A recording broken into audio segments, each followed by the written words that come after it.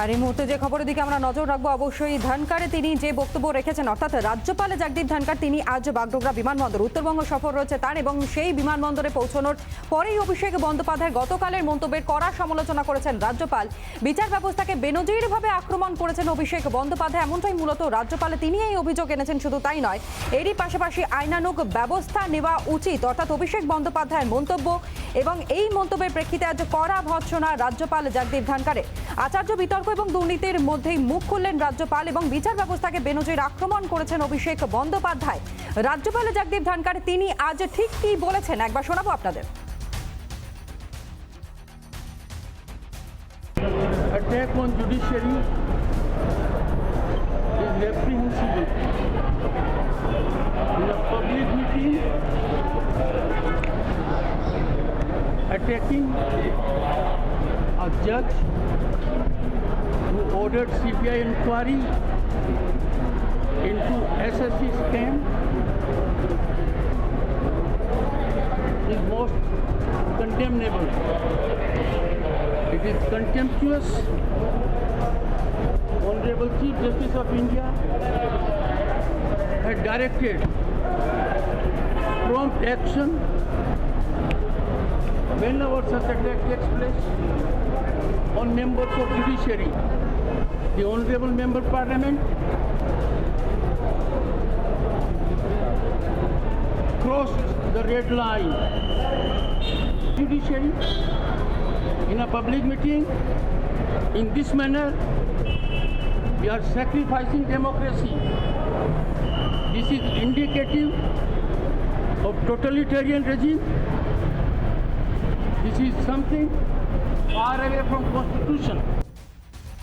অর্থাৎ গতকালই আমরা দেখেছি অভিষেক বন্দ্যোপাধ্যায় তিনি যে শ্রমিক সমাবেশের মঞ্চে উপস্থিত হয়েছিলেন এবং তারপরেই বিচারপতিদের একাংশকে নিশানা করেছেন অভিষেক বন্দ্যোপাধ্যায়, এবং অভিষেক ধোয়া তুলসী পাতা নন পাল্টা কটাক্ষ করেছেন শুভেন্দু অধিকারী, রাজ্যের বিরোধী দলনেতা। আমার বলতেও লজ্জা লাগে যে বিচার ব্যবস্থার একজন দুজন এমন আছে যারা সম্পূর্ণ যোগসাজকে কাজ করছে, তাদের তল্পি বাহক হিসেবে 1%, এবং কিছু হলেই যারা সিবিআই দিয়ে দিচ্ছে, মার্ডার কেসে ইনভেস্টিগেশন স্টে করে দিচ্ছে। আপনি শুনেছেন কোনদিন? কে তিনি? কয়লা ভাইপো? ব্যাগ গুছিয়ে রাখুক, ব্যাগ গুছিয়ে যাবো। ওকে জিজ্ঞেস করছি রুচিরা নারোলাটাকে, কার অ্যাকাউন্টে থাইল্যান্ডের রাজধানী ব্যাংককে ভ্যাট ঢুকতো, কয়লার টাকা কার অ্যাকাউন্টে ঢুকতো? ওকে পশ্চিমবাংলার লোক ভাইপো, কয়লা আর গরুর ভাইপো বলে। এবং অভিষেক বন্দ্যোপাধ্যায়ের এই যে মন্তব্যের প্রেক্ষিতে রাজ্যপালে তিনি আজ কড়া সমালোচনা করেছেন। দুর্ভাগ্যজনক মন্তব্য, আদালত অবমাননার শামিল, আইনত ব্যবস্থা নেওয়া উচিত, এমনটাই মন্তব্য রাজ্যপালের। আরও একবার শোনাবো কি জানিয়েছেন রাজ্যপাল।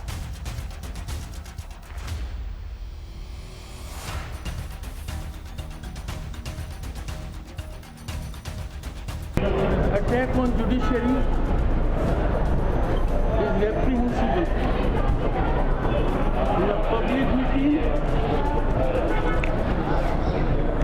attacking a judge who ordered CBI inquiry into SSC scam is most condemnable. It is contemptuous. Honorable Chief Justice of India had directed prompt action whenever such attack takes place on members of judiciary. The Honorable Member Parliament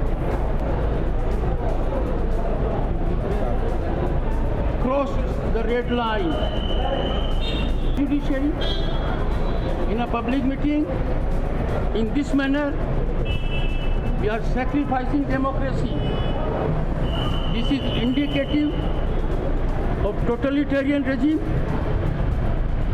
This is something far away from constitution. আমরা শোনালাম আপনাদেরকে রাজ্যপাল জগদীপ ধনখড়ে তিনি যে মন্তব্য করেছেন, অর্থাৎ এক কথায় বলতে গেলে অভিষেক বন্দ্যোপাধ্যায়ের মন্তব্য এবং তা অত্যন্ত দুর্ভাগ্যজনক বলে ব্যাখ্যা করেছেন রাজ্যপাল জগদীপ ধনখড়। আর এই নিয়েই আমরা একটু আলোচনায় যাব। এই মুহূর্তে আমাদের সঙ্গে সিনিয়র এডিটর স্বর্ণালী সরকার নিউজরুম থেকে সরাসরি রয়েছে।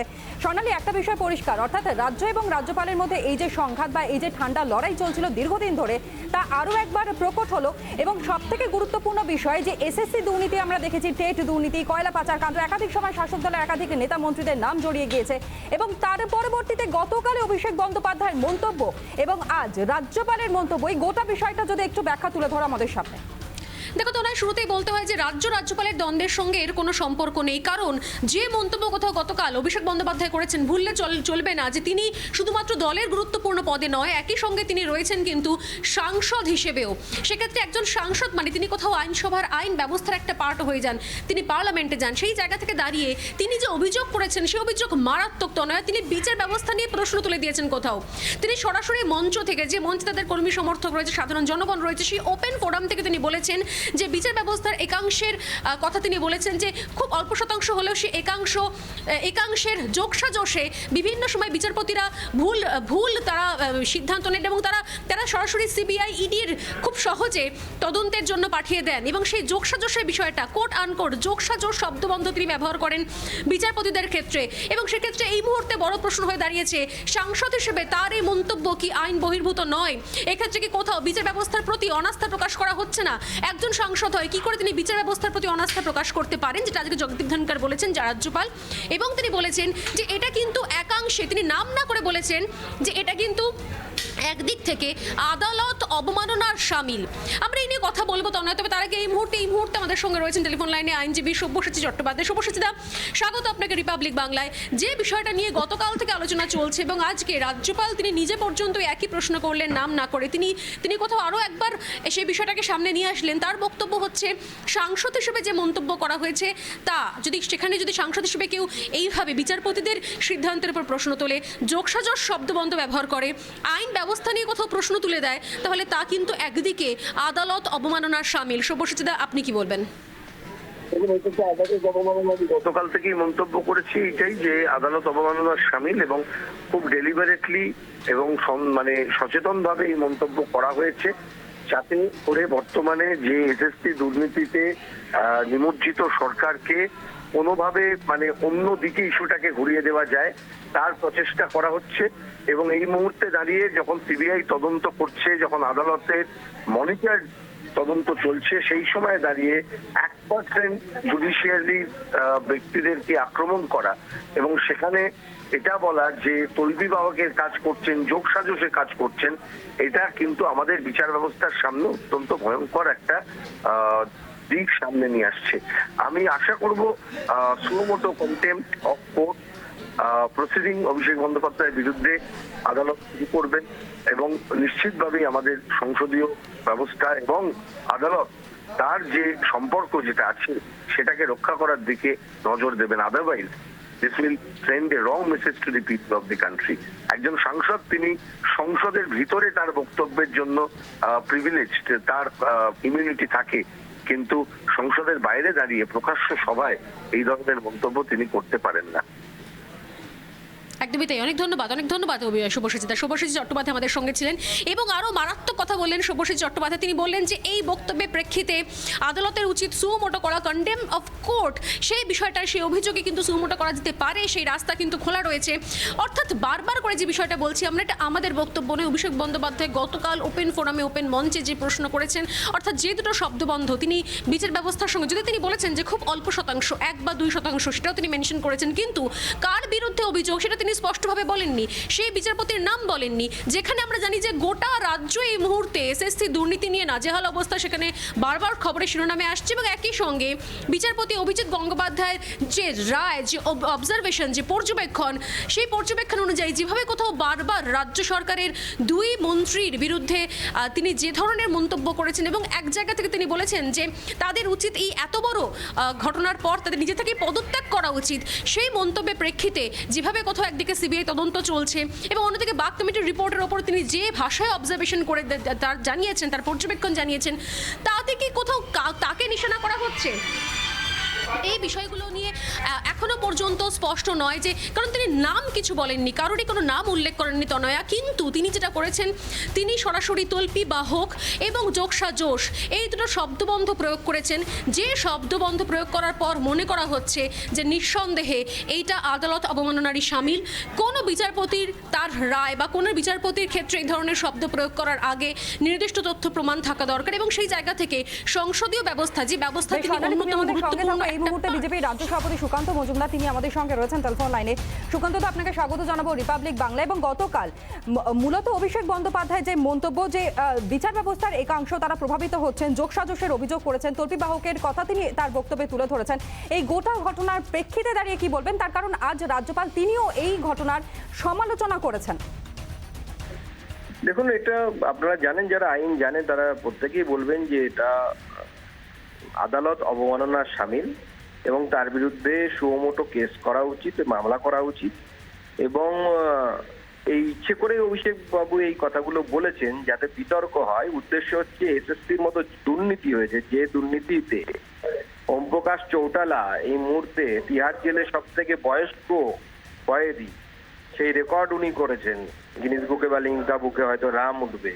সেরকম পশ্চিমবঙ্গের আগামী দিনের মন্ত্রী, মুখ্যমন্ত্রী যারা আছে তারাও কিন্তু এই তদন্ত যদি সঠিকভাবে হয় তাহলে পরে এরকম সব থেকে বয়স্ক কয়েদির তকমাও তাদের জুটতে পারে।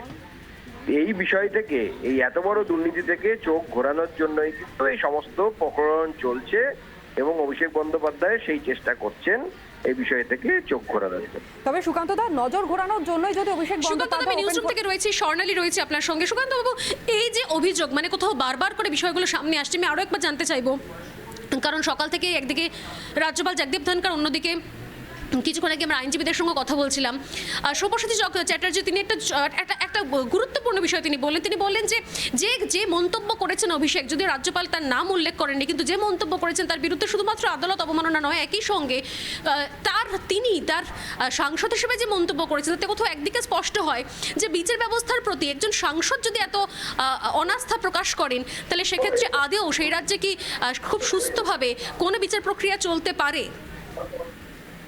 দেখুন, সেটা তো অবশ্যই প্রশ্নের মুখে পড়ে যে বিচার ব্যবস্থাকে চাপ দেওয়ার জন্য, প্রেশার দেওয়ার জন্য এবং প্রভাবিত করার জন্য অভিষেক বন্দ্যোপাধ্যায় এই কথাগুলো বলছেন। শুধু তাই নয়, বিগত ৭৫ বছরে ভারতবর্ষের স্বাধীনতার পর থেকে ভারতবর্ষের গণতন্ত্রের যে স্তম্ভগুলো তৈরি হয়েছে, যে স্তম্ভগুলো মানুষকে ভারতবর্ষের গণতন্ত্রের সম্পর্কে সঠিক ধারণা দেয়, এই ধরনের প্রত্যেকটি স্তম্ভকে সে সাংবিধানিক পদে বসে থাকা মহামান্য রাজ্যপাল হোক বা বিচার ব্যবস্থায় যারা আছেন সম্মানীয় বিচারপতিরা, তাদের প্রতি কিন্তু তৃণমূল কংগ্রেসের পক্ষ থেকে একটা ক্রমাগত আঘাত আনা হচ্ছে যাতে ভারতবর্ষের যে গণতান্ত্রিক পদ্ধতি বা গণতান্ত্রিক স্ট্রাকচার তাকে যাতে ভেঙে ফেলা যায়।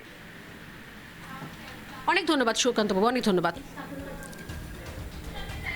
সুকান্ত মজুমদার আমাদের সঙ্গে ছিলেন। তনয়, যেরকম আমি বলছিলাম যে সত্যি নিঃসন্দেহে এই মন্তব্যের পর আমরা আরও একবার শুনবো, কারণ কিছুক্ষণ আগে আমি শোনাচ্ছিলাম যে অভিষেক বন্দ্যোপাধ্যায়ের মন্তব্যের প্রেক্ষিতে শুভেন্দু অধিকারী তিনি কি বলেছেন, তার মন্তব্যের প্রেক্ষিতে সরাসরি আমরা আরও একবার শোনাবার চেষ্টা করব যে ঠিক কী বক্তব্য রাখা হয়েছে শুভেন্দু অধিকারীর তরফ থেকে এই মন্তব্যের পর।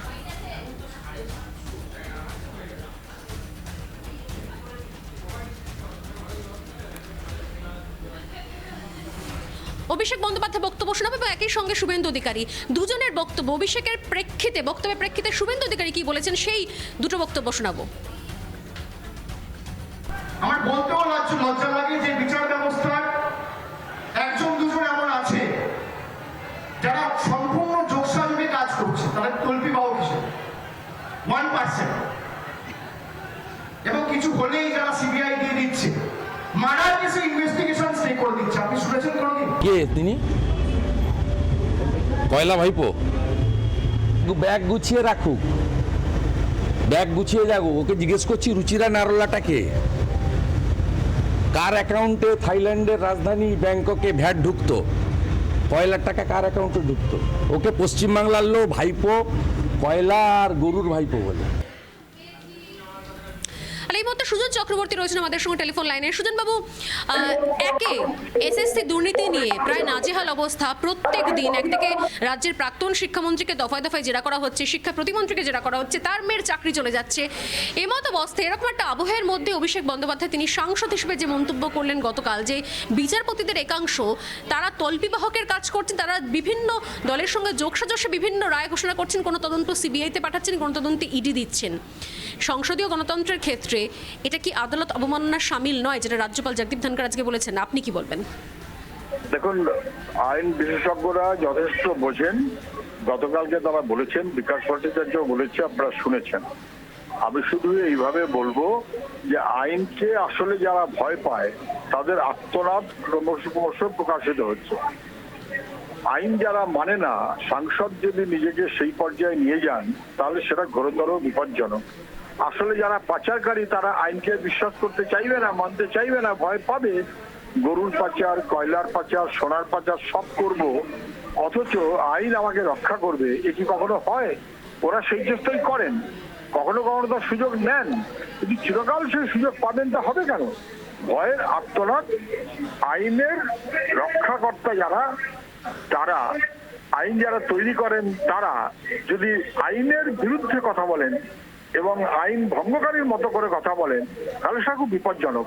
অভিষেক বন্দ্যোপাধ্যায়রা পাচারকারী, অতএব অভিষেক বন্দ্যোপাধ্যায়রা পাচারকারী, আমি আবার বললাম, অভিষেক বন্দ্যোপাধ্যায়রা পাচারকারী নেতা, অতএব তারা ভয় পান আইন, যেটাই স্বাভাবিক। অনেক ধন্যবাদ সুজন, অনেক ধন্যবাদ। সুজন চক্রবর্তী সরাসরি আমাদের সঙ্গে ছিলেন। এর পাশাপাশি বিজেপি নেতা শঙ্কুদেব পণ্ডা আমাদের সঙ্গে রয়েছেন। শঙ্কুদেব, স্বাগত আপনাকে রিপাবলিক বাংলায়। ইতিমধ্যে রাজ্যপাল জগদীপ ধনখড় তিনি বলছেন যেটা আইন আদালত অবমাননার শামিল। শুভশ্রী চট্টোপাধ্যায় তিনি বলছেন যে মন্তব্য করেছেন অভিষেক, সেই জায়গা থেকে সুমোটো করার রাস্তা কোথাও খুলে দিয়েছেন তিনি আদালতের ক্ষেত্রে, কন্ডেম অফ কোর্ট। কি বলবেন আপনি?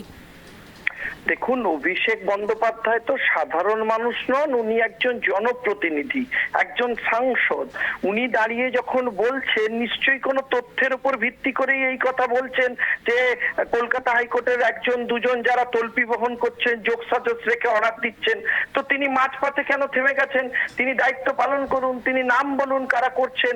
এবং ওনার অ্যাকচুয়ালি আইনে একটা বিষয় ওনার জানা উচিত, এই ধরনের কোনো অভিযোগ করতে হলে উনি কোর্টে যেতে পারতেন, হায়ার কোর্টে যেতে পারতেন, সুপ্রিম কোর্টে যেতে পারতেন, চিফ জাস্টিসকে লিখতে পারতেন, এবং ওনার প্রকাশ্যে যদি ওনার কাছে কোনো তথ্য থাকে সেটা উনি সামনে আনতে পারতেন। কিভাবে যোগাযোগ হয়েছে, কে কে করেছেন, কি যোগাযোগের মাধ্যমে অর্ডার হয়েছে, এটা তো খুব বৃহত্তর একটা অভিযোগ করেছেন উনি। তো ফলে আমি দেখুন, আমি ওনার বিরোধিতা করতে চাই না। আমি উনি যেটা বলেছেন, যদি ওনার কাছে তথ্য প্রমাণ থাকে তাহলে ওনার প্রমাণ করার দায় ওনার। উনি যদি প্রমাণ করতে পারেন কোর্টে ভালো, না করতে পারলে কি হয়, আমরা সাধারণ মানুষ যারা আম আদমি, আমরা তো ওনার মতো নেতাকে দেখে প্রভাবিত হই। উনি নামও বলেননি, ফলে সমগ্র কোর্ট, সমগ্র হাইকোর্টকে উনি অপরাধী বানিয়ে দিয়েছেন। যদি মামলা করতে যাই কলকাতা হাইকোর্টে, আমার কোনো মামলা থাকে, আমার তো মনে খুঁতখুত করবে যে বাবা, আমি যে জাজের কোর্টে মামলা করব তার যদি যোগসাজশ থাকে, তিনি যদি তল্পিবাহক হন, ফলে সামগ্রিক আইনি ব্যবস্থাটাকে তিনি প্রশ্নের মুখে দাঁড় করিয়ে দিয়েছেন। আমার মনে হয় এই ব্যাপারটা ওনার ক্লিয়ার করা উচিত।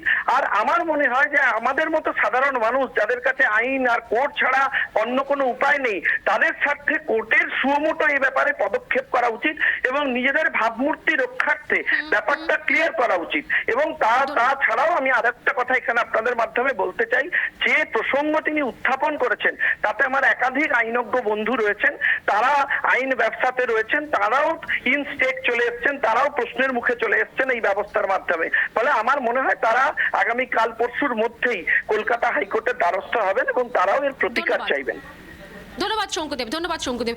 যে বিষয়গুলো স্পষ্ট হয়ে গেল তনয়, অর্থাৎ যে এই মন্তব্যের পর কিন্তু নিঃসন্দেহে যে বিষয়গুলো সামনে আসছে, একদিকে রাজ্য রাজনীতিতে যেরকম সিবিআই দুর্নীতি নিয়ে তোলপাড় চলছিলই, এসএসসি দুর্নীতি নিয়ে সেখানে সিবিআই তদন্ত এবং পাশাপাশি ইডিও কোথাও তার হস্তক্ষেপ, এবং তার মাঝখানেই কোথাও অভিষেক বন্দ্যোপাধ্যায়ের এই মন্তব্য, এবং যে মন্তব্য ঘিরে কিন্তু ইতিমধ্যেই নতুন করে কোথাও বিষয়টা সামনে আসছে। তাহলে কি এসএসসি দুর্নীতিতে একটার পর একটা কোথাও পর্দা ফাঁস হওয়ার পর, একটার পর একটা কোথাও সামনে কেলেঙ্কারি সামনে আসার পর কি কোথাও নজর ঘোরাবার জন্য তাহলে এই মন্তব্য, এই প্রশ্নটাও কিন্তু করছেন বিরোধীরা। তনয়া, একেবারেই তাই। অনেক ধন্যবাদ জানাবো। এই মুহূর্তে নিউজরুম থেকে সরাসরি সিনিয়র এডিটর স্বর্ণালী সরকার আমাদের সঙ্গে ছিলেন।